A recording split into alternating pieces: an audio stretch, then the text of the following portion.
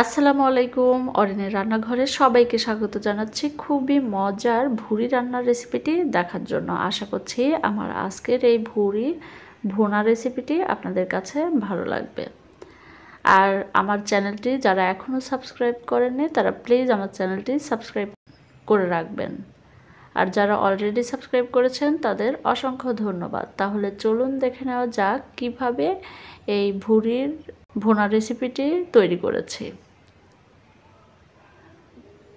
এখানে আমি প্রথমেই ভুড়ি নিয়ে নিয়েছি আর ভুড়িটা কিন্তু খুবই ছোট ছোট করে কেটে নিয়েছি। এখন এখানে আমি ভুড়িগুলো দিয়ে দিচ্ছি আর এখন এখানে দিয়ে দিচ্ছি পেঁয়াজ কুচি। আর পেঁয়াজটা আমি একটু বড় বড় করেই কেটে দিয়ে দিয়েছি, কারণ ভুড়ি সিদ্ধ হতে হতে এই পেঁয়াজটাও সিদ্ধ হয়ে যাবে খুবই ভালোভাবে। এখন এখানে আমি রসুন দিয়ে দিয়েছি। এখন এখানে দিয়ে দিচ্ছি কাঁচামরিচ।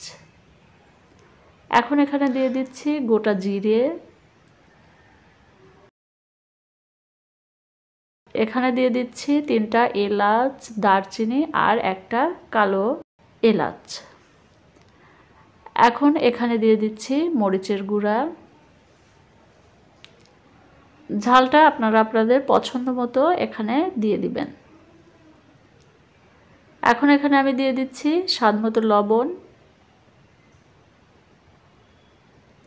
আর এখানে এখন দিয়ে দিচ্ছি জিরা, আদা একসঙ্গে বেটে রেখেছিলাম সেটা দিয়ে দিচ্ছি। এখন এখানে আমি দিয়ে দিচ্ছি এলাচ বাটা। এখন এখানে দিয়ে দিচ্ছি হলুদের গুঁড়া, দিয়ে দিচ্ছি সরিষার তেল। আপনারা চাইলে এখানে সয়াবিনের তেলটা দিয়েও এই রান্নাটা করে নিতে পারেন। এখন খুবই ভালোভাবে এটা মেখে নিতে হবে।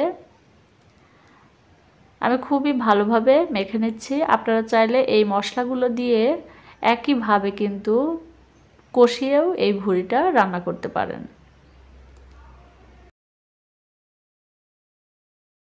দিয়ে দিচ্ছি কিছুটা রসুন বাটা। এখন খুবই ভালোভাবে মেখে নিয়েছি, মেখে নেওয়া হয়ে গেছে। এখন এখানে আমি সামান্য কিছুটা পানি দিয়ে দিব। বাটা মশলার যে পানিটা ছিল সেটা আমি এখানে কিছুটা দিয়ে দিয়েছি। এখন ভুড়িটা আমি চুলায় দিয়ে দিয়েছি।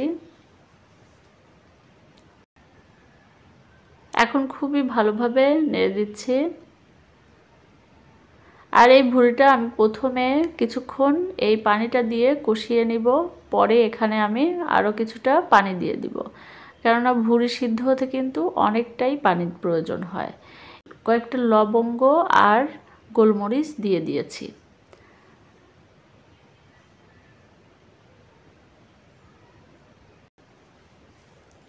ভুড়িটা খুবই ভালোভাবে নেড়েচেড়ে আমি কিছুক্ষণ সময় নিয়ে কষিয়ে নিব।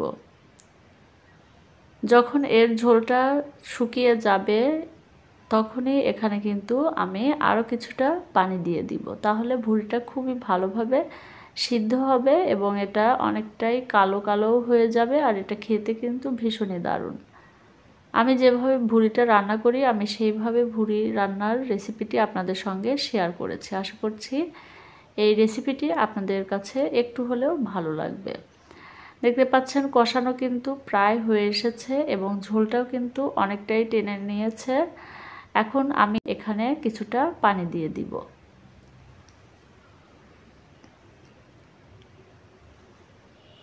এখন এখানে আমি কিছুটা গরম পানি দিয়ে দিয়েছি, দিয়ে খুবই ভালোভাবে নেড়ে দিতে হবে।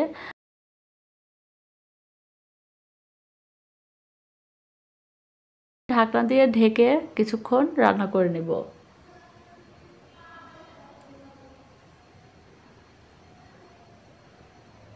আর আজকের রেসিপিটি আমি একটু সহজভাবেই দেখানোর চেষ্টা করেছি।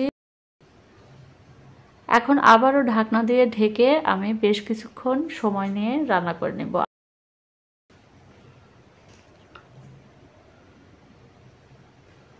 এখন এখানে যখন ঝোলটা একটু ফুটে উঠবে তখন দিয়ে দিচ্ছি জিরা গুঁড়া।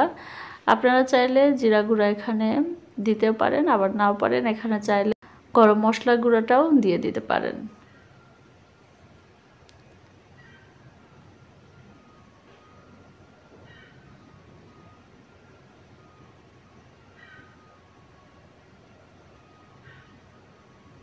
এখন ভুঁড়ির মধ্যে যে ঝোলটা আছে সেটা আমি কিছুক্ষণ চুলায় রেখে শুকিয়ে নিব।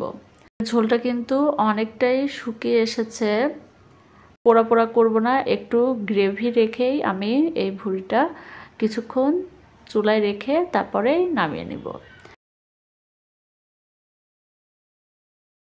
আমি এখন চুলা থেকে নামিয়ে নিচ্ছি। খুবই সহজে কিন্তু এই ভুঁড়ি রান্নাটা তৈরি করে নেওয়া যায়, আর এটা খেতে কিন্তু ভীষণই দারুণ। আপনারা অবশ্যই বাসায় ট্রাই করবেন, আর কেমন হয়েছে কমেন্টস করে জানাবেন। আর আমার চ্যানেলটি যারা এখনও সাবস্ক্রাইব করেননি প্লিজ আমার চ্যানেলটি সাবস্ক্রাইব করবেন।